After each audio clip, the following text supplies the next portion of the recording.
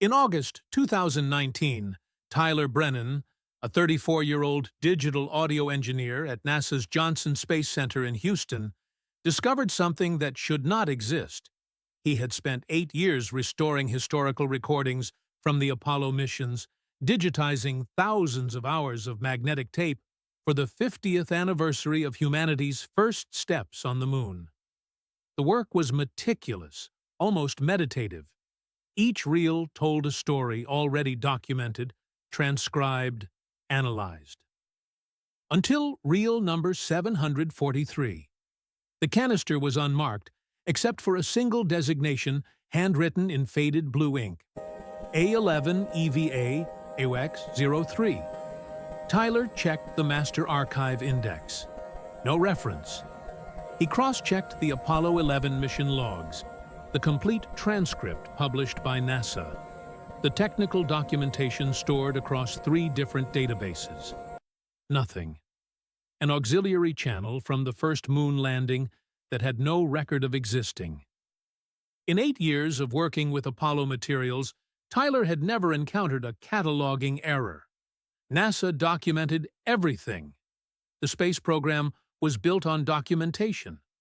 Every switch flip, every radio transmission, every heartbeat of every astronaut was recorded, indexed, archived. Yet here was a 4-inch magnetic tape reel that the most documented event in human history had somehow forgotten.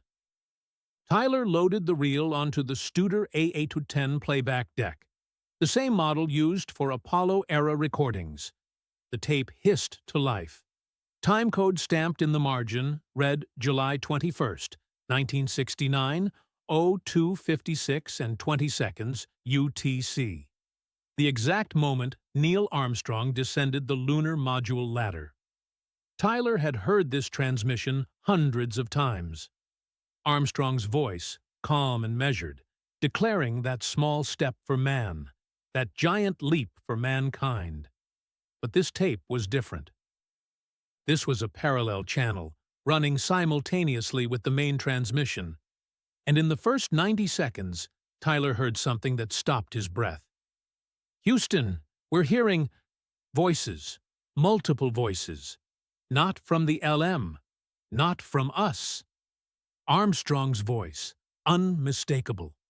The same even tone, the same slight Ohio accent, the same controlled cadence drilled into him through thousands of hours of training. But the words were not in any transcript Tyler had ever read. He rewound the tape, pressed play again. The static crackled through the speakers, that particular texture of lunar surface transmission, the delay caused by radio waves traveling 239,000 miles from the Sea of Tranquility back to Earth. And then Armstrong's voice, clear and distinct. "Houston, we're hearing voices, multiple voices. Not from the LM, not from us." Tyler's hands moved automatically, muscle memory from 8 years of forensic audio work. He isolated the frequency spectrum, ran spectral analysis, compared the voice print against authenticated Armstrong recordings from the main Apollo 11 channel. Perfect match. This was not a hoax, not a splice, not a later overdub. The magnetic signature was consistent with 1969-era tape stock. The background noise matched the exact harmonic profile of lunar module radio interference.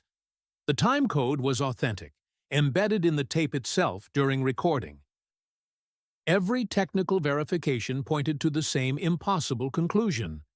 This was a real transmission from the moon, from Neil Armstrong, during humanity's first lunar EVA, a transmission that had been buried for 50 years. Tyler checked the mission transcript again, searching for any mention of anomalous audio, unexpected signals, communication difficulties during the moonwalk. The official record showed brief technical issues at 02:58 UTC, described as minor static interference, resolved within 30 seconds. But this tape ran for 4 minutes and 17 seconds, not 30 seconds, 4 minutes, 257 seconds of conversation between Armstrong, Buzz Aldrin, and Houston Capcom that existed nowhere in the official historical record. Tyler felt something shift in his understanding of the moment he had studied for nearly a decade. History was supposed to be fixed, especially history this thoroughly documented. The Apollo 11 landing had been watched by 600 million people, recorded by dozens of cameras, monitored by thousands of engineers.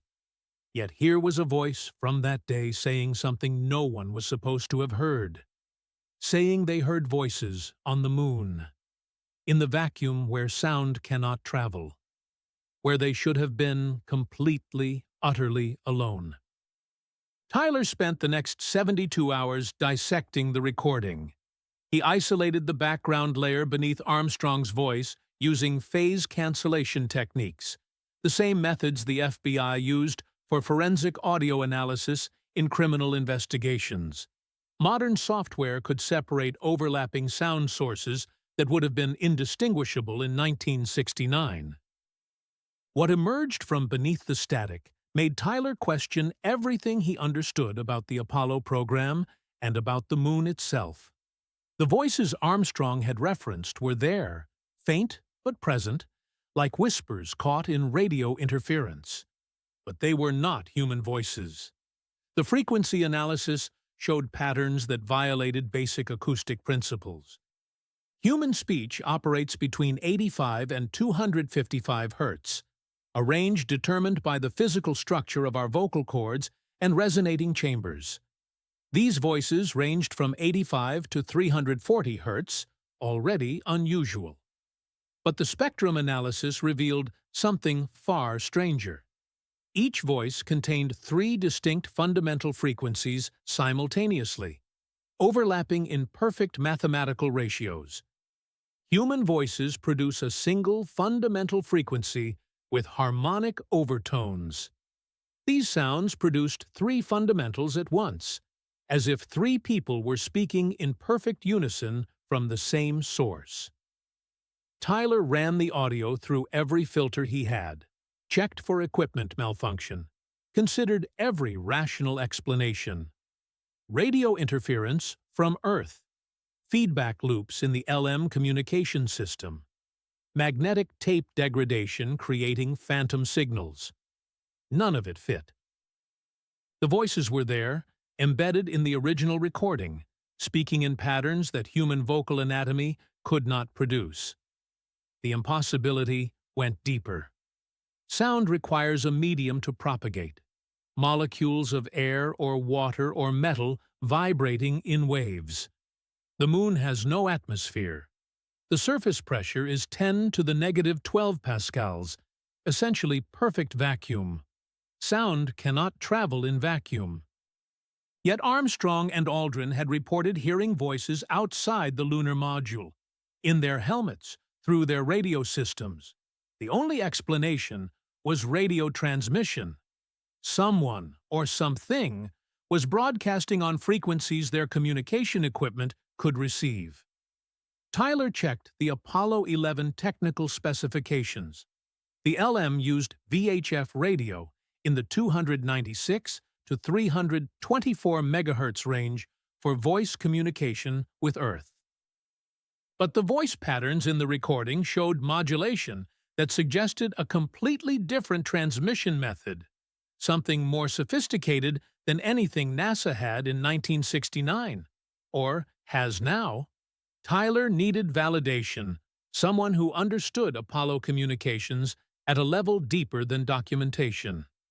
He found Devon Marsh through the Retired Astronaut database, a 67-year-old former telemetry technician who had worked mission control during the original moon landings. Devon lived 40 minutes outside Houston in a small house surrounded by pine trees, the kind of place people moved to when they wanted distance from their past.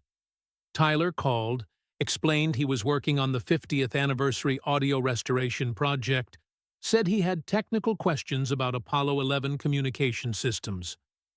Devon agreed to meet, but his voice carried a hesitation that Tyler would understand later. Devon's home office was a museum of the space age. Framed photographs of launch pads, technical schematics yellowed with age, a model of the Saturn V rocket standing 3 feet tall on a bookshelf. But when Tyler played the isolated audio file on his laptop, Devon's face drained of color.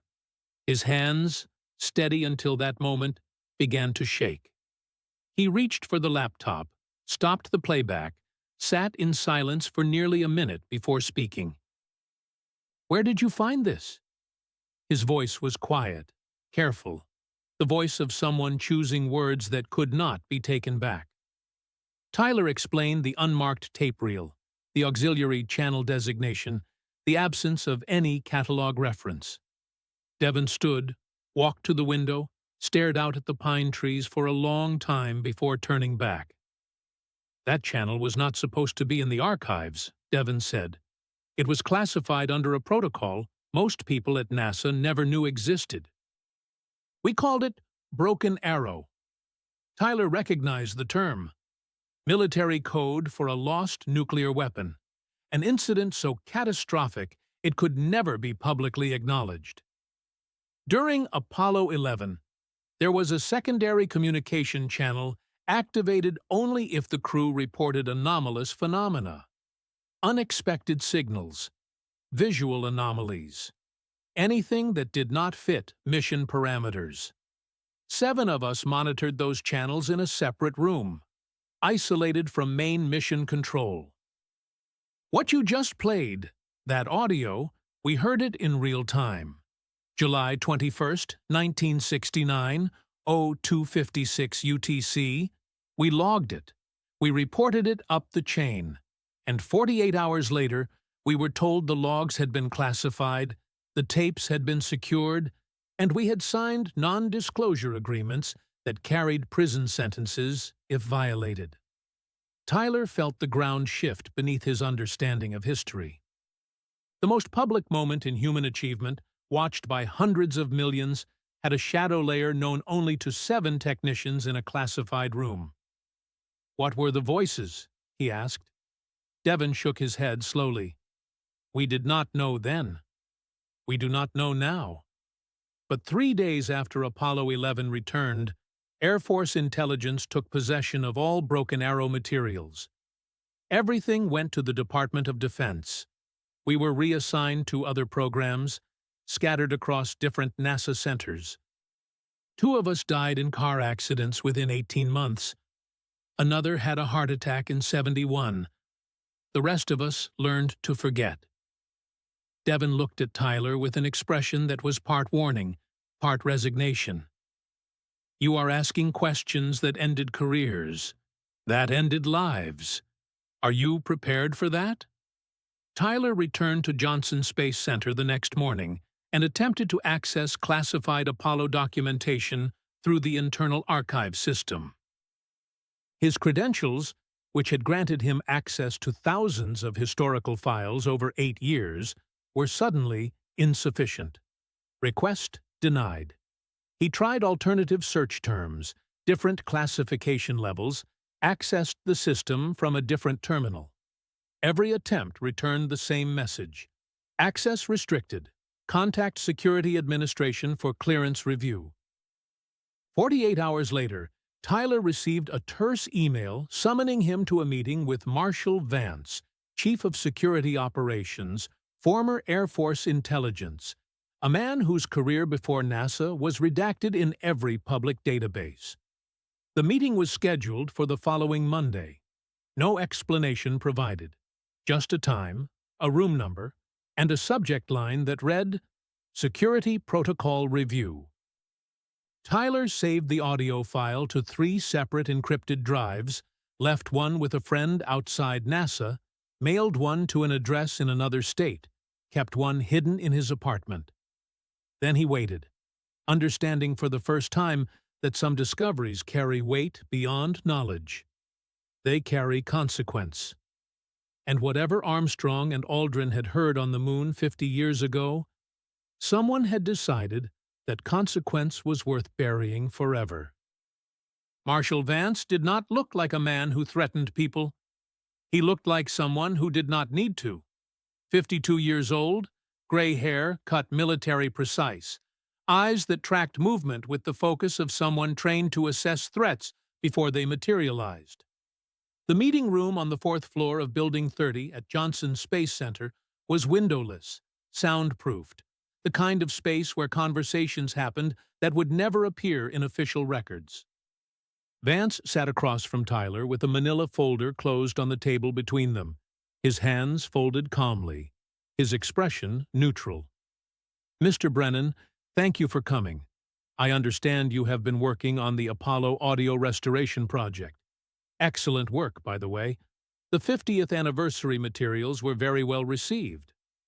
His tone was conversational, almost friendly. "I wanted to ask you about a specific file, Reel 743, catalogued as A11 EVA AOX 03. Can you tell me where you accessed that material?" Tyler had prepared for this moment, rehearsed his answers, but sitting across from Vance made preparation feel inadequate. "It was in the archive vault, standard storage. I was processing all Apollo 11 reels chronologically. That one was in sequence with the others." Vance nodded slowly, opened the folder, slid a single sheet of paper across the table. It was a classification document, stamped with Department of Defense insignia, dated 1973. The document declared certain Apollo program materials classified for reasons of national security under United States Code, Title 50, Section 3024. Tyler recognized the code. It was the same classification level used for intelligence satellite programs and nuclear weapons design, for a tape recording of a moon landing. "The material you accessed," Vance said quietly, "was never supposed to be in that vault. It was supposed to be in a DoD facility in Virginia. Someone made a filing error in 1976 during an archive reorganization. We have been looking for that tape for 43 years. He paused. Let the timeline sink in. "I am not here to threaten you, Mr. Brennan. I am here to ask for your cooperation. This is not a NASA matter. This is a matter of national security that extends beyond this agency. I need to know if you made copies of that material, if you shared it with anyone, if you discussed its contents outside secure channels." Tyler understood the subtext. This was not a request. This was a test to determine how much damage control was necessary. He told Vance about Devon Marsh, about the conversation at his house, about the Broken Arrow Protocol. He did not mention the encrypted backup drives, the files he had already secured outside NASA's reach. Vance listened without interrupting, made brief notes, then closed the folder. "Mr. Brennan, I appreciate your honesty. I am going to give you some advice, and I suggest you take it seriously. Certain files were classified for reasons that have nothing to do with NASA's mission parameters and everything to do with national defense posture. Those reasons remain valid today. I am not asking you to forget what you heard. I am telling you that pursuing this further will not end well for your career or for people you care about. Do you understand?" Tyler understood. He also understood that when people told you to stop asking questions, it meant the questions were important. He returned to his workstation and discovered his system access had been modified. Apollo archives, restricted. Historical mission files, restricted. Even basic documentation he had used daily for 8 years was suddenly beyond his clearance level. His work computer was removed that afternoon for routine security maintenance. By Friday, Tyler received notification of departmental transfer, effective immediately. His new assignment? Processing telemetry data from NOAA weather satellites, a position that required zero historical research and zero access to classified materials. He had been quietly removed from anything connected to Apollo, to the moon, to the voices that should not exist. But Tyler had spent 8 years learning how to find information that people tried to hide, how to follow patterns in archives that others missed. From his apartment that weekend, using his personal laptop and public NASA databases, he began searching for anomalies in the other Apollo missions. What he found was a pattern so precise it could not be coincidence. Apollo 12, November 1969, experienced 11 minutes of solar interference during EVA at the Ocean of Storms landing site. Tyler cross-referenced with NOAA solar activity records from that date. No unusual solar output, no coronal mass ejections, no radio interference from the Sun. Apollo 14, February 1971, lost radio contact for 8 minutes while exploring the Fra Mauro Highlands. Official explanation: equipment malfunction. But the equipment functioned perfectly before and after those 8 minutes. Apollo 15, July 1971, had external camera systems fail for 23 minutes during geological surveys near Hadley Rill. NASA attributed it to overheating, but mission telemetry showed camera temperatures well within operational range. Tyler mapped the locations. Every anomaly occurred on the lunar surface at specific coordinates, always on the Earth-facing side of the Moon, always in locations with clear line of sight to deep space, always during periods when communication with Houston was at minimum coverage due to orbital mechanics. The pattern was too consistent. These were not random equipment failures. They were targeted blackouts, moments when something happened that was not supposed to be recorded. And then Tyler received an email that changed everything. The sender address was encrypted, routed through proxy servers that made tracing impossible. The message was brief. You found the Aux03 channel. I was one of 7 men who monitored those channels in '69. I know what you are looking for. I know what they are hiding. Meet me. I will explain everything they told us to forget. The signature was a single name: Garrett. Tyler flew to Albuquerque 3 days later, rented a car, drove 2 hours into the New Mexico desert to a small town where Garrett lived in a house that looked like it had not changed since the '70s.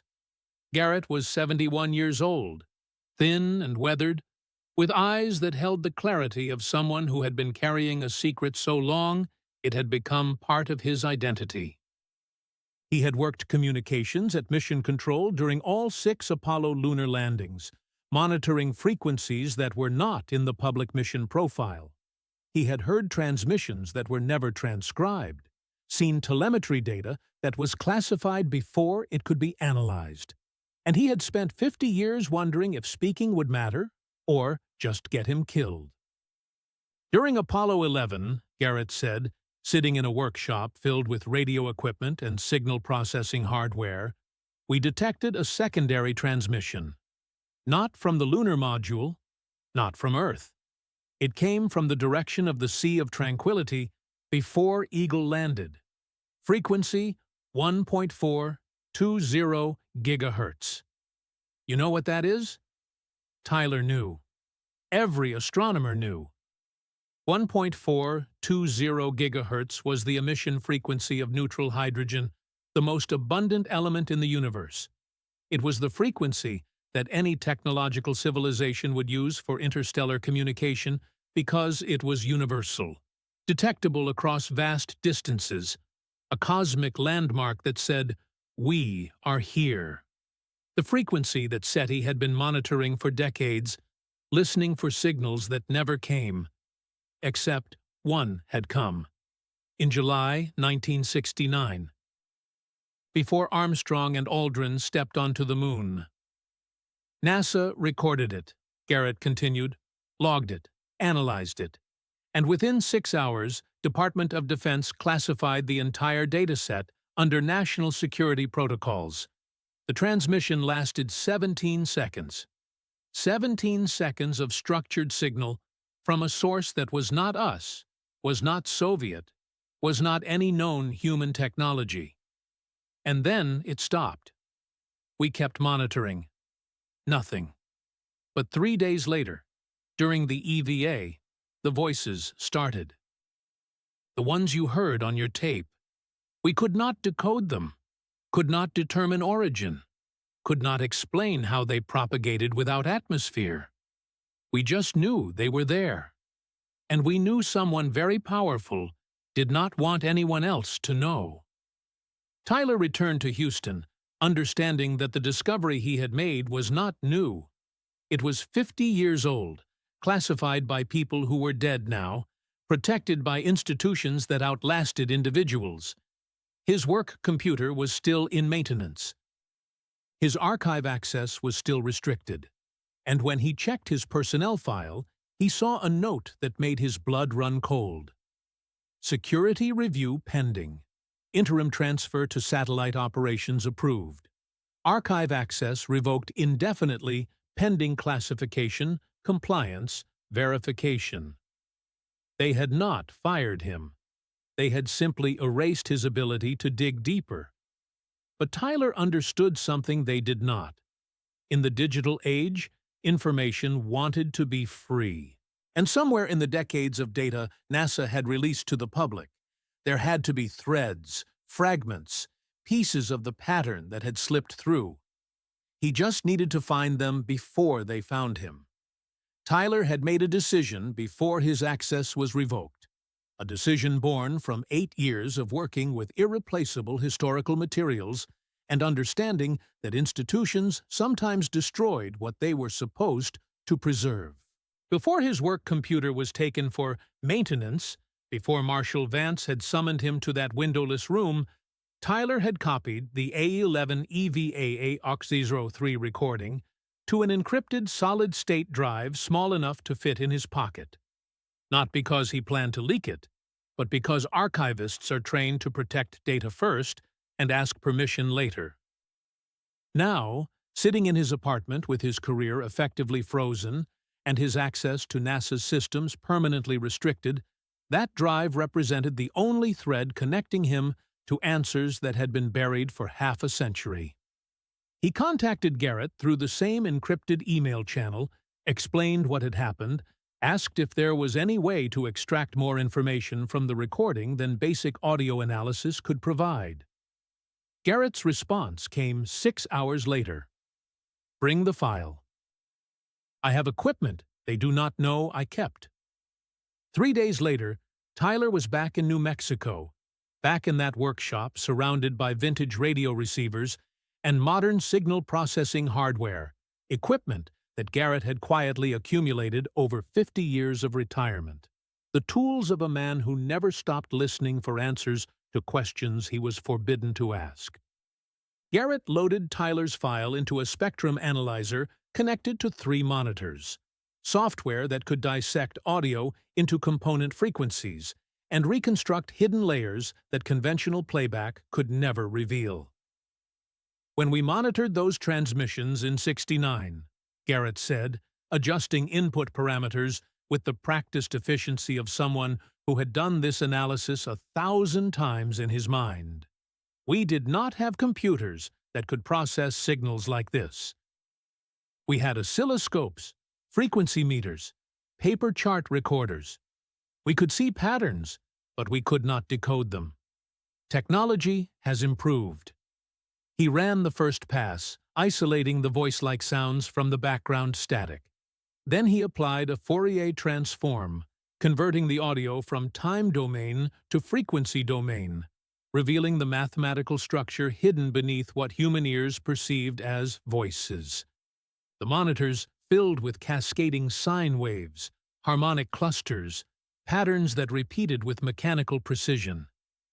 These are not voices, Garrett said quietly. They never were. They are data. Digital data encoded as audio frequencies. Tyler stared at the waveforms, understanding crystallizing into something close to awe. The sounds that Armstrong and Aldrin had heard, the transmissions that had been classified for 50 years were not attempts at communication in any conventional sense. They were information, structured and compressed, transmitted in a format that could propagate through radio waves and be captured by equipment designed for voice communication. Someone had encoded data into audio frequencies that would sound like voices to human ears but contained layers of meaning that required computational analysis to extract. Garrett typed commands, applied filters, ran the encoded audio through decryption algorithms based on mathematical constants, universal principles that any technological civilization would recognize. Prime numbers, the Fibonacci sequence, the golden ratio. On the third attempt, using Fibonacci numbers as a decompression key, the data structure unlocked. The first monitor displayed coordinates. 47 sets of lunar coordinates, latitude and longitude pairs, mapped to the moon's surface with precision down to 10 meters. Garrett pulled up a lunar mapping database, began cross-referencing the coordinates against known landing sites, impact craters, geological features. His hands stopped moving. His breathing changed. Tyler saw the pattern before Garrett could articulate it, saw it in the clustering of points across the lunar Maria and highlands, saw it in the way certain coordinates aligned with locations that were seared into the history of space exploration. The first 6 coordinates matched the Apollo landing sites exactly: Tranquility Base, Fra Mauro, Hadley Apennine, Descartes Highlands, Taurus Littrow, Ocean of Storms. Every place where humans had walked on the moon between 1969 and 1972. But the coordinates continued. The next cluster matched impact sites of Soviet Luna probes, robotic spacecraft that had crashed or soft-landed on the lunar surface between 1959 and 1976. Tyler counted them: Luna 2, Luna 9, Luna 13, Luna 15, Luna 16, Luna 17, Luna 20, Luna 21, Luna 23, Luna 24. Every successful Soviet mission, every point of contact between human technology and the lunar surface during the space race. And then coordinates that made no sense, locations that had no historical missions associated with them, empty Maria and unnamed craters that humans had never visited. Garrett searched the coordinates against future mission databases, against planned landing sites for programs that had not launched yet, and found matches. Chang'e 3, Chinese mission, landed December 2013. Chang'e 4, January 2019.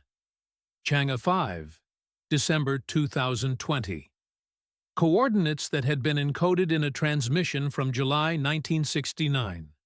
Decades before those missions were publicly announced. Decades before the hardware was built. The second monitor displayed text, decoded from the same data stream, rendered in plain English with syntax that was grammatically perfect, but emotionally sterile. Survey complete. Biomarkers confirmed. Observe only. 9 words that rewrote everything Tyler understood about humanity's place in the cosmos. Survey complete meant someone had been systematically mapping human presence on the moon. Biomarkers confirmed meant they were specifically looking for biological signatures, for life, for evidence that the beings landing on the lunar surface were organic and not robotic. And observe only meant there were protocols, rules, decisions being made about how to interact or not interact with a species that had just achieved spaceflight capability. The impossibility of the transmission went beyond its content. Garrett analyzed the signal characteristics, the modulation patterns, the carrier frequencies. The message had been transmitted from the lunar surface during the Apollo 11 EVA, broadcast on a frequency that the lunar module's communication system was not equipped to transmit. The LM used VHF radio in the 296 to 324 MHz range. This transmission originated at 1.420 GHz, the hydrogen line, and was simultaneously downconverted to overlap with the LM's receiver frequencies, creating the interference that Armstrong and Aldrin heard as voices. The technology required to perform that kind of real-time frequency translation and modulation did not exist in 1969. It barely exists now. Which meant whoever sent the message had capabilities decades beyond human engineering. And they were on the moon when Armstrong and Aldrin arrived, watching, cataloging, confirming that the biological entities emerging from the metal capsule were what they expected. Tyler sat in silence, processing implications that cascaded beyond his ability to contain them. Someone had known humans were coming to the moon before Apollo 11 launched. They had known where every subsequent mission would land, American and Soviet and Chinese, decades into the future. They had biological data, biomarkers, information that could only come from direct observation or access to genetic databases that humanity had not compiled in 1969. And they had communicated all of this in a message timed to coincide with humanity's first steps on another world. A message encoded in mathematics and broadcast on a frequency that said, "We understand your physics, we understand your biology, we have been here long enough to survey your trajectory." Garrett closed the analysis windows, turned to Tyler with an expression that mixed resignation and fear. 7 of us monitored those channels in '69. By 1972, 2 were dead. Car accidents, both single-vehicle crashes on clear roads with no explanation. 1 more died in '71, heart attack at 43 years old with no prior cardiac history. The rest of us scattered, took jobs far from NASA, stopped asking questions. I kept this equipment because I needed to know I was not crazy, that what we heard was real. Now you know too. The question is, what are you going to do with it?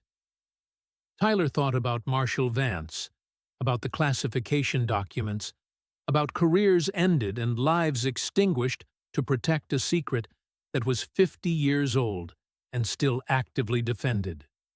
He thought about the message, about the surveillance it implied, about the watchers who had been on the moon before humans arrived and apparently remained there, observing, cataloging, following protocols that treated humanity like a species under study. And he thought about the public, about the 600 million people who had watched Apollo 11 and believed they were witnessing humanity's first contact with another world, never knowing that the contact had already happened, that we were the ones being contacted, being evaluated, being placed in some cosmic framework we did not understand. "I am going to tell people," Tyler said. "I am going to give this to journalists, researchers, anyone who can verify it independently and publish it before it gets buried again." Garrett nodded slowly, the nod of someone who had expected that answer and knew what it would cost. "Then, make copies, multiple copies. Send them to people in different countries, different institutions. Make it impossible to suppress all of them at once. And understand that once you do this, your life changes. You will be discredited, harassed, threatened. People will call you a liar or mentally unstable. NASA will destroy your reputation. The military will monitor everything you do. And there is a chance, a real chance, that you end up like the others who tried to speak. I am 71 years old. I have lived my life in silence.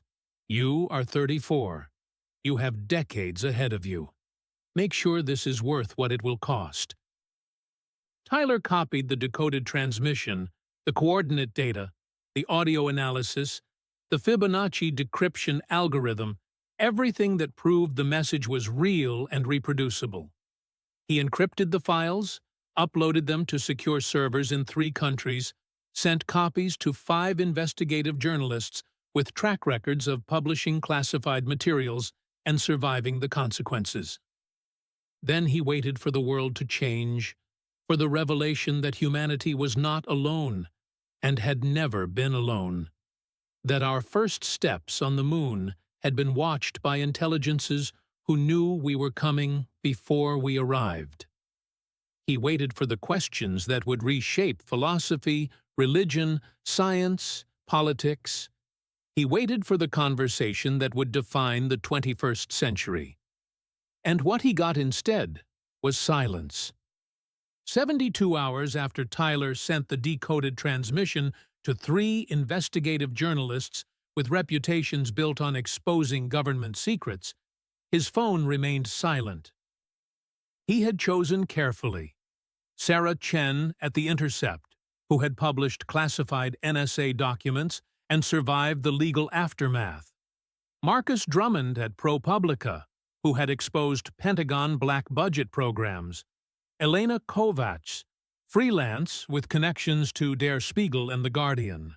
Journalists who had broken stories that governments tried to bury. He had sent each of them the complete package: the original audio file, the spectral analysis, the Fibonacci decryption algorithm, the 47 coordinates, the decoded message. Everything needed to verify the discovery independently, to confirm that this was not fabrication or delusion, but data that could be reproduced by anyone with the right equipment and expertise. On the 4th day, Tyler received a 2-sentence email from Sarah Chen. Received your materials. Cannot proceed with publication. Apologies. No explanation, no request for additional verification, just a polite refusal from a journalist who had built a career on publishing exactly this kind of revelation. Marcus Drummond's response came 6 hours later, equally brief. We were visited by DoD representatives. Legal counsel advises we cannot publish without facing national security implications. I am sorry. Elena Kovacs did not respond at all. Her email address became inactive. Her social media accounts went dark. Tyler searched for her byline in recent publications and found nothing after the date he had sent the files. She had simply vanished from the professional landscape as if she had never existed. Tyler understood then what Garrett had tried to warn him about: the difference between secrets that governments want to hide and secrets they will destroy lives to protect. This was not a story that would break, because journalists were brave. This was a story that would be buried because the infrastructure of suppression was deeper and more efficient than any individual's courage. Within a week, Tyler was placed on administrative leave from NASA, officially described as voluntary time off for stress-related health concerns. His colleagues were told he was dealing with personal issues. His work computer was permanently decommissioned. His access badge was deactivated. He was not fired because firing creates paper trails and exit interviews and potential lawsuits. He was simply erased from the institution, made irrelevant, set aside to fade into the background of people who used to work in aerospace, but now do something else somewhere else. Garrett called once, 2 weeks after the failed publication attempts, from a payphone in Albuquerque. His voice was tight, controlled, the voice of someone choosing words carefully because he assumed the line was monitored. 2 men came to my house. They did not identify themselves. They reminded me that I signed non-disclosure agreements in 1969 that remain legally binding until death. They suggested that discussing classified materials with unauthorized persons could constitute violations carrying federal penalties. They were very polite, very clear. I cannot help you anymore, Tyler. I am sorry. The line went dead. Tyler never heard from Garrett again. He searched obituaries 8 months later and found a brief notice. Garrett Michael Parsons, age 71, passed peacefully at home. No service. No memorial. Just another old man from the Apollo generation, quietly disappearing into history. Devon Marsh, the telemetry technician who had first confirmed the Broken Arrow protocol, moved away from Houston without leaving a forwarding address. His phone number was disconnected. His email bounced back as undeliverable. Tyler drove to the house surrounded by pine trees and found it empty, a for sale sign in the yard. No indication that anyone had lived there recently. The neighbors said Devon had moved suddenly, something about family on the East Coast, but they were not sure. People leave Houston all the time. No one thinks much of it. Tyler stood in the driveway, looking at the empty house, and wondered how many others had been quietly relocated, encouraged to retire early, offered positions in distant cities where they could live comfortably as long as they stayed silent. But something else was happening.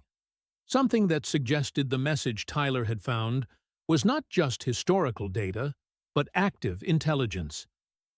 In December 2017, NASA announced the Artemis program, humanity's return to the moon after more than 50 years of absence. The goal was ambitious: establish a permanent presence, build a lunar gateway station, land astronauts on the surface by 2025. Tyler followed the mission planning announcements, the site selection process, the engineering studies, and he noticed something that made his hands go cold. The proposed Artemis landing zones, all carefully chosen for scientific value and operational safety, avoided every single coordinate from the decoded transmission. Not close to them, not near them, completely avoiding them, as if those 47 locations were surrounded by invisible boundaries that mission planners were instructed never to cross. The Artemis 3 landing site, selected after 3 years of geological surveys and engineering analysis, was positioned in the lunar South Pole region, a location rich in water ice and scientifically valuable. But it was also 280 kilometers from the nearest coordinate in the decoded message. Artemis 4, planned for the Oceanus Procellarum region, was positioned 310 kilometers from another coordinate cluster. Every site selection appeared to follow an unstated rule: land on the moon, conduct science, establish infrastructure, but stay away from the places marked in a message that officially does not exist, transmitted by entities that officially were never there. Tyler still has the files. He keeps them encrypted, backed up, distributed across servers and physical drives hidden in locations that would take coordinated effort to find. He does not work for NASA anymore. He does contract audio work for documentaries, podcasts, projects that have nothing to do with space exploration. People who search his name find a resume gap between 2019 and 2021, a period explained vaguely as personal sabbatical or freelance transition. No one asks for details. No one needs to know that for 2 years he tried to tell the world something that the world was not allowed to hear. The question that keeps Tyler awake is not whether the message was real. He has verified it too many times, confirmed it through too many independent analyses. The question is what observe only means in a universe where humanity is building permanent infrastructure on the moon. The protocols implied by that message, the decision to watch but not intervene, were established when humans could barely reach the lunar surface and return home. What happens when we stay? What happens when we build habitats, mines, telescopes, launch facilities? What happens when the moon stops being a destination and becomes a frontier? At what point does observation end and something else begin? Garrett died in 2022, officially from natural causes, alone in his house in New Mexico. Devon Marsh has not been heard from in 5 years. Marshall Vance still works at Johnson Space Center, still handles security protocols, still ensures that certain files remain classified and certain conversations never happen. Tyler sees him occasionally at aerospace conferences, at public NASA events. They do not acknowledge each other. They do not need to. They both understand what silence costs and why it persists. The Apollo 11 tape, the A11 EVA AUX-03 recording that started everything, was never officially acknowledged. NASA's updated archive database lists it as non-existent, cataloging error, no material recovered. The Broken Arrow protocol was never declassified, never mentioned in historical documentation, never confirmed by any official source, and the voices that Neil Armstrong and Buzz Aldrin heard on July 21, 1969, remain unexplained, unexamined, buried under classifications that will outlive everyone who heard them. But the coordinates are still there. 47 locations on the lunar surface that were marked by someone or something that knew where humans would land before we launched the rockets. And as Artemis missions begin, as astronauts return to the moon with cameras broadcasting in 4K resolution and streaming live to millions of viewers, Tyler wonders if the watchers are still there, if they are still observing, if they are still following protocols established long before humans understood we were being studied. And what happens when we inevitably, accidentally or intentionally, land at one of those 47 coordinates? What happens when observe only is no longer possible because we have walked into their survey markers, their boundary lines, their catalog of a species they have been tracking since before we knew anyone was watching?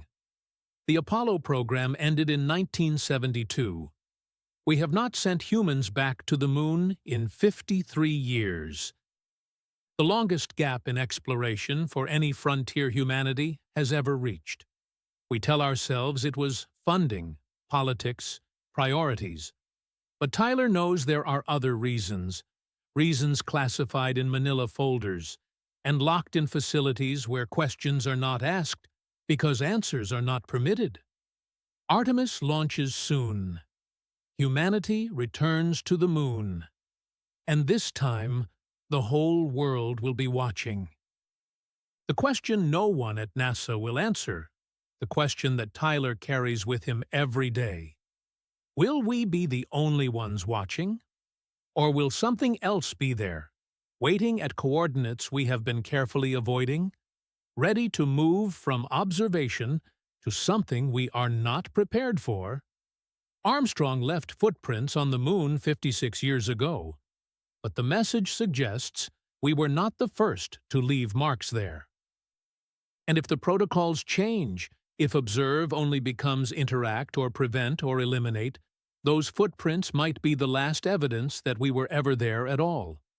The universe is vast beyond human comprehension. The distances between stars are measured in years of light-speed travel. And yet, someone was on the moon, cataloging our arrival, knowing our future, marking coordinates like a surveyor preparing property boundaries. The terrifying possibility is not that we are alone in the cosmos.